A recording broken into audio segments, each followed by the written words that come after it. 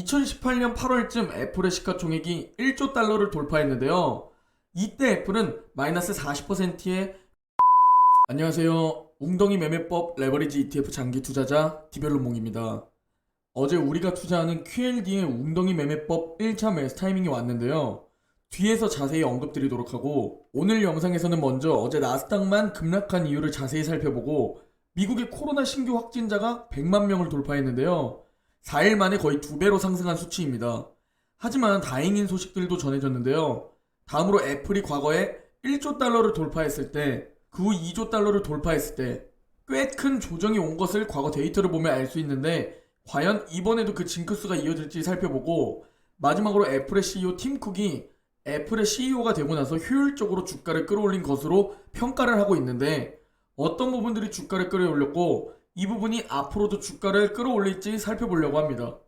마지막으로 웅덩이 매매법 매수 타이밍에 대해 설명드리고 댓글 Q&A를 진행하고 오늘 영상 마무리하려고 합니다. 어제 미국 증시를 살펴보면 다우는 상승하며 2일 연속 신고가를 갱신해 줬는데 나스닥은 큰 폭으로 하락했습니다. 그 이유 중 핵심만 말씀드리면 바로 미국 10년물 국채금리의 상승이 어제 증시의 방향을 결정한 이유인데요. 그저께부터 급등을 보여준 10년물 국채금리로 인해 기술주와 반도체주가 압박을 받은 겁니다. 반대로 금융 섹터와 에너지 섹터가 급등하는 흐름을 보여주었죠.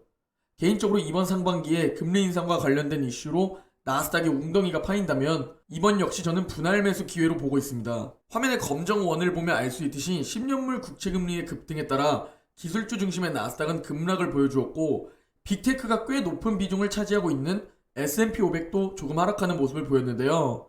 반대로 다우는 급등하는 모습을 보여주었죠.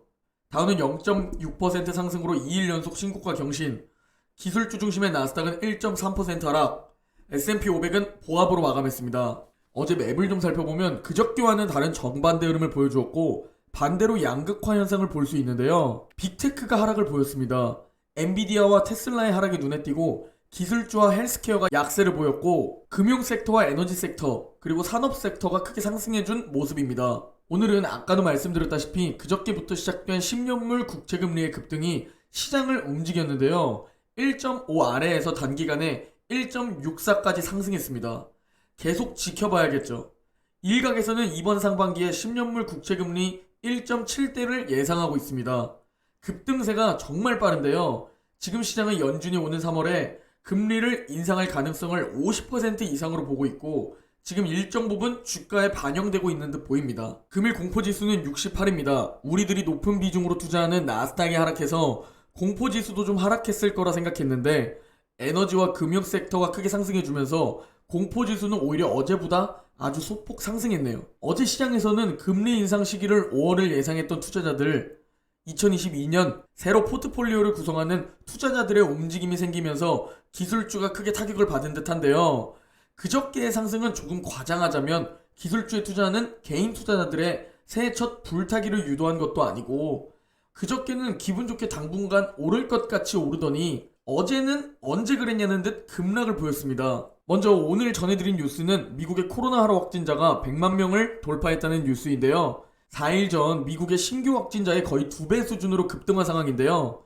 하지만 시장은 현재 오미크론에 대한 두려움이 없어 보입니다. 그 이유를 좀 살펴보면 WHO는 확진자는 급등하고 있지만 반대로 입원율과 사망률은 떨어지고 있는 디커플링 현상이 일어나고 있다며, 기존에 우리에게 전해졌던 전염력은 강하지만 증세는 약하다는 데이터가 입증되고 있다고 말했습니다. 지금 우리가 오미크론에 대해 알고 있는 건 엄청난 전염력을 가지고 있지만 증세가 약한 모습을 보여주면서 입원율과 사망률은 점점 감소하고 있다는 겁니다. 다만 오미크론이 인플레이션을 부추길 수 있다는 이야기도 있기 때문에 단순히 코로나의 문제를 넘어서서 인플레이션까지 연결될 수 있고, 이 인플레이션은 금리 인상과 연결될 수 있죠.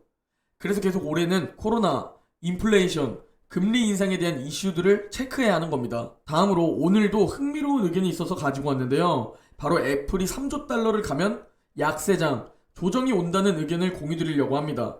블룸버그에 따르면 과거 애플의 시총이 조 단위를 넘어설 때마다, 즉 1조 달러, 그리고 2조 달러가 될 때마다 애플의 주식은 물론이고 미국 증시에 조정이 왔다고 하는데요.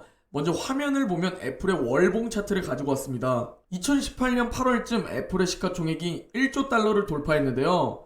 이때 애플은 마이너스 40%의 굉장히 큰 조정을 받았습니다. 약 60달러였던 애플의 주가가 35달러쯤까지 내려간 거죠. 그리고 결국 고통스러웠겠지만 결국 우상향을 보여주며 신고가를 경신하면서 2020년 8월 이번에는 2조 달러를 돌파합니다.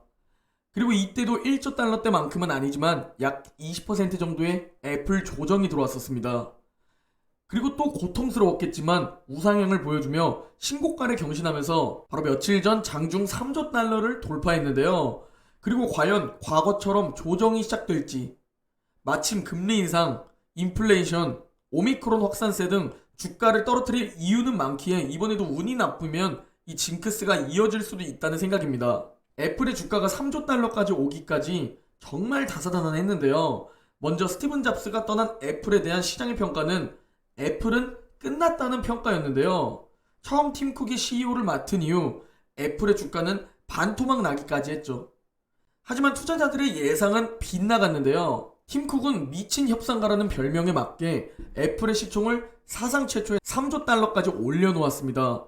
팀 쿡은 잡스처럼 창의적이지 않았기 때문에 말 그대로 협상에 적극적이었는데요.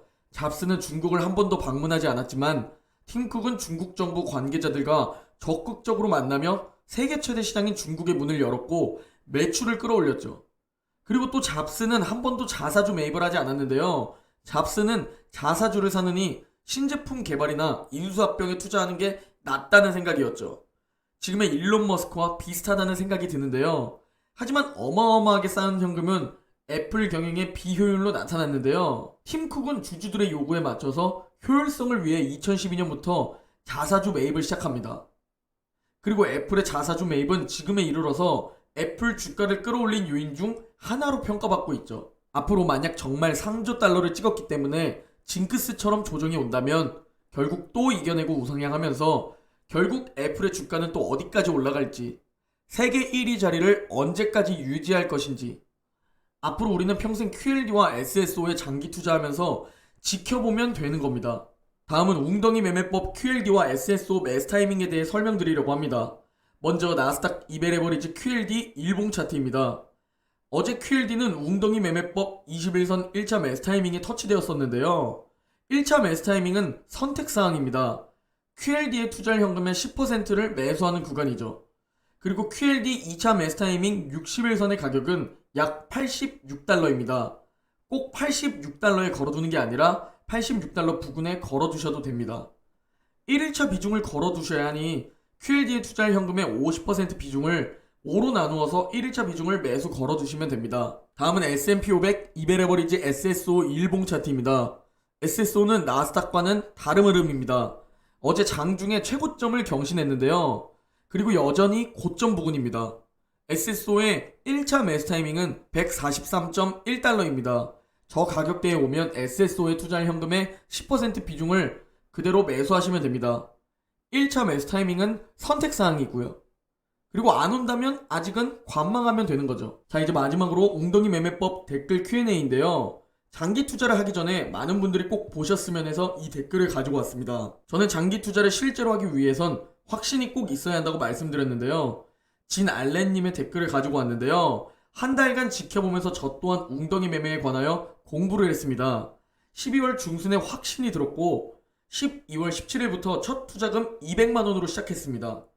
이 부분이 개인적으로 정말 중요한 부분이라고 생각되는데요. 절대 조급해하면 안 됩니다. 그리고 투자 방법에 정답은 없습니다. 돈만 벌면 되는 거지 투자 방법에 정답이 꼭 하나가 아닌 겁니다. 그래서 여러분 성향에 맞는 투자 방법을 찾고 그리고 수익 극대화를 이루는 방법이 무엇인지 찾아야 하는 거죠. 하지만 현실적인 방법을 찾아야지 환상을 쫓으면 안 됩니다.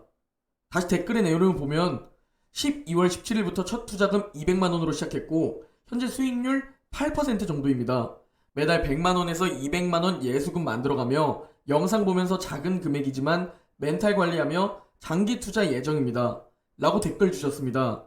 내가 주식 공부를 하다 보면 아 이거다 싶은 방법들과 종목이 있을 테고 아니면 이게 말이 되나? 이러면서 의심이 있는 방법들도 있을 겁니다. 그러다 어느 정도의 기간이 지나면서 그 방법에 대한 그 종목에 대한 확신이 생기는 때가 옵니다. 그 확신이 있어야 조정장이 왔을 때 무너지지 않고 버틸 수 있는 겁니다. 저는 우리의 QLD가 고통스러운 장기 투자 과정을 거치면서 10년 이상 장기 투자를 하면 우리의 원금도 지키면서 가장 수익을 극대화할 수 있는 종목이라고 생각합니다. 그리고 저도 지금도 계속 공부를 하고 또 여러분들께 더 좋은 정보를 드리기 위해 정말 많은 정보들을 보는데요. 아직 QLD와 SSO보다 좋은 종목을 찾지 못했고 환상을 쫓는 게 아닌 현실적인 부분을 감안했을 때 QLD, SSO, 웅덩이 매매법, 장기 투자보다 더 확신이 드는 투자 방법도 찾지 못했습니다. 우리 같은 개인 투자자는 지수 추종 ETF를 들고 최소 3년 이상을 바라보는 장기 투자를 해야 한다고 생각합니다. 그게 우리가 잠들었을 때 돈이 들어오게 하는 가장 확률 높은 방법이고 우리의 노동급여가 아닌 즉 내가 일해서 버는 게 아니라 돈이 돈을 버는 시스템을 만드는 가장 확률 높은 방법입니다. 그걸 10년 동안 어떻게든 홀딩해보기 위해서 오를 땐 즐기고 웅덩이에서 줍줍하는 투자자가 되는 겁니다. 오늘 영상은 여기까지입니다. 제 영상이 도움이 되셨다면 구독과 좋아요, 댓글 한 번씩 부탁드립니다. 그럼 내일 영상에서 뵙겠습니다.